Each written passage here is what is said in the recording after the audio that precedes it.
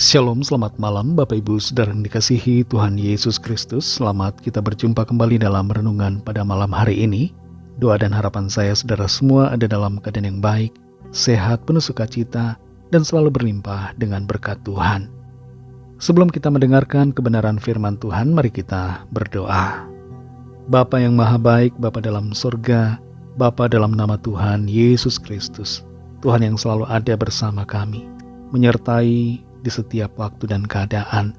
Kami bersyukur untuk pertolongan Tuhan sepanjang hari ini yang telah memampukan kami melewati semuanya. Saat ini kami mau mendengar kebenaran firman-Mu, urapi kami supaya kami mengerti dan mentaati akan setiap kehendak-Mu. Dalam nama Tuhan Yesus kami berdoa. Haleluya. Amin. Saudara yang dikasihi Tuhan, ayat firman Tuhan saat ini terdapat dalam 1 Korintus 13 ayat 1-2.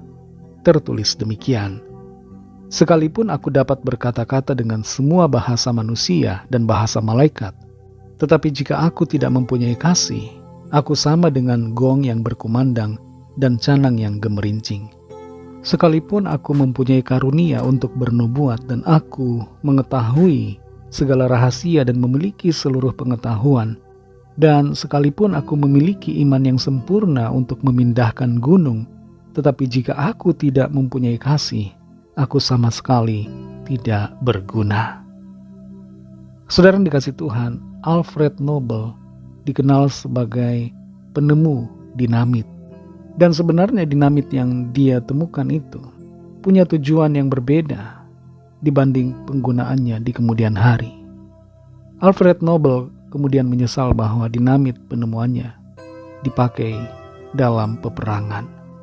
Suatu ketika, saudara dari Alfred Nobel di tahun 1888 yang bernama Ludwig Nobel meninggal di Prancis, dan sebuah surat kabar Prancis memberitakan bahwa Alfred Nobel, sang pedagang kematian, telah meninggal. Penulis berita itu salah menduga. Dia mengira bahwa Alfred Nobel yang meninggal, padahal Ludwig Nobel. Tapi berita yang tercantum, yang tertulis dalam surat kabar Prancis itu telah mengubah Alfred Nobel. Setelah membaca itu, Alfred Nobel merasa terkejut dan dia tidak mau dikenang oleh dunia ini sebagai pedagang kematian. Dia kemudian mendirikan Nobel Prize, hadiah Nobel untuk perdamaian, untuk orang-orang yang punya kontribusi positif di dunia. Alfred Nobel tidak mau dikenang sebagai orang yang membawa dampak negatif, tapi dia mau dikenang sebagai orang yang membawa dampak yang baik. Kita perhatikan di sini saudara, 1 Korintus 13 ayat 1-2. Sekalipun aku dapat berkata-kata dengan semua bahasa manusia dan bahasa malaikat, tetapi jika aku tidak mempunyai kasih, aku sama dengan gong yang berkumandang dan canang yang gemerincing.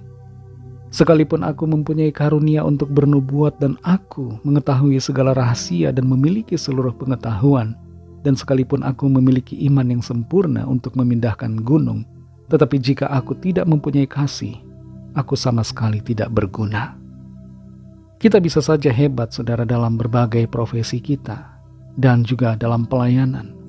Mungkin kita terkenal sebagai orang yang punya iman begitu besar, iman yang hebat, sebagai orang yang melayani Tuhan dengan luar biasa, punya prestasi yang tinggi, dikenal oleh banyak orang. Tapi pertanyaannya, apakah kita memiliki kasih dalam hidup kita? Maukah kita dikenang hanya sebagai orang yang terkenal, tapi tidak punya kasih? Maukah kita terkenal sebagai orang yang sangat pintar dan hebat, tapi tidak punya kasih? Inti utama dari kehidupan orang percaya adalah kasih. Kasih adalah hal yang utama, sebagaimana Tuhan adalah kasih. Tuhan sendiri telah menunjukkan kasih-Nya kepada kita, dan karena kasih-Nya Dia turun dari sorga untuk menyelamatkan saudara dan saya. Saudara yang dikasihi Tuhan, mungkin kita punya kemampuan yang hebat, punya pencapaian yang luar biasa. Pelayanan kita mungkin menjangkau banyak orang. Mungkin kita punya kekayaan yang tidak habis-habisnya 7 keturunan. Tapi di sini saudara, Semuanya itu sia-sia apabila kita tidak punya kasih. Iman yang hebat kalau tidak ada kasih tidak berguna. Kasih bukanlah pilihan tambahan untuk ada dalam kehidupan kita, tapi kasih harus menjadi inti dan esensi dalam kehidupan rohani kita. Pertanyaan buat kita, saudara, bagaimana kehidupan kita? Apakah dipenuhi kasih Tuhan dalam rumah tangga, menghadapi suami, menghadapi istri, menghadapi anak-anak? Adakah kasih senantiasa mewarnai? Adakah kasih itu nyata dalam kehidupan pergaulan kita, dalam lingkungan di mana kita studi, bekerja, dan melayani? Adakah kasih Kristus nyata di dalam kehidupan saudara dan saya? Mari saudara yang dikasihi Tuhan, biarlah kita semua memiliki kasih di dalam hidup kita. Kasih yang sempurna yang diajarkan oleh Tuhan Yesus. Kasih itu sabar, kasih itu murah hati, kasih tidak iri hati, tidak sombong, tidak melakukan yang tidak sopan dan tidak mencari keuntungan diri sendiri. Kasih tidak pemarah dan tidak menyimpan kesalahan orang. Kasih tidak bersukacita karena ketidakadilan, tapi bersukacita karena kebenaran. Kasih Kristus kiranya selalu ada dalam kehidupan kita. Mari kita berdoa. Terima kasih Tuhan Yesus untuk firman-Mu yang sudah kami dengar saat ini. Firman-Mu yang menolong kami untuk lebih lagi hidup seturut kehendak-Mu. Ampuni kami kalau selama ini kami mengabaikan kasih dalam hidup kami. Kami terlalu memprioritaskan hal-hal lain dan menomor sekiankan kasih. Kami tidak mengutamakan kasih dalam hidup kami, tapi kami lebih mengutamakan prestasi dan hal-hal lainnya. Ampuni kami Tuhan dan tolong kami untuk kembali ke jalur yang benar, yang seturut dengan kehendak-Mu. Pimpin kami Roh Kudus, penuhi hati kami dengan kasih-Mu Tuhan. Terima kasih untuk firman-Mu. Berkatilah kami di sepanjang malam ini, dalam istirahat kami. Lindungi kami dan naungi kami dengan kasih dan kuasa-Mu. Bangunkan kami kembali besok pagi dengan kekuatan yang baru. Kami berdoa bagi yang sakit, yang sedang dalam pergumulan. Lawatlah ya Tuhan. Nyatakan kuasa kesembuhan, pemulihan, kelepasan dan jalan keluar bagi setiap kami yang memerlukan.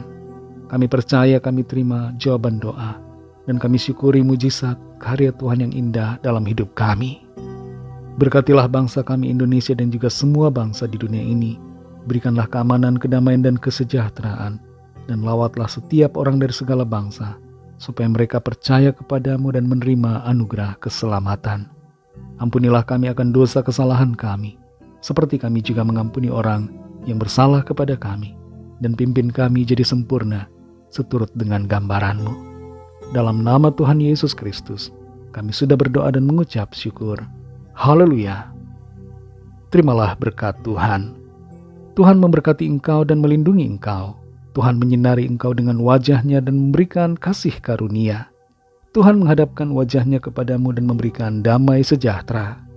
Berkat dan anugerah Allah Bapa, kasih karunia dari Tuhan Yesus Kristus, dalam persekutuan dengan Roh Kudus, menyertai kita semua, sekarang ini dan sampai Maranatha Tuhan Yesus datang kembali, dan bahkan sampai selama-lamanya.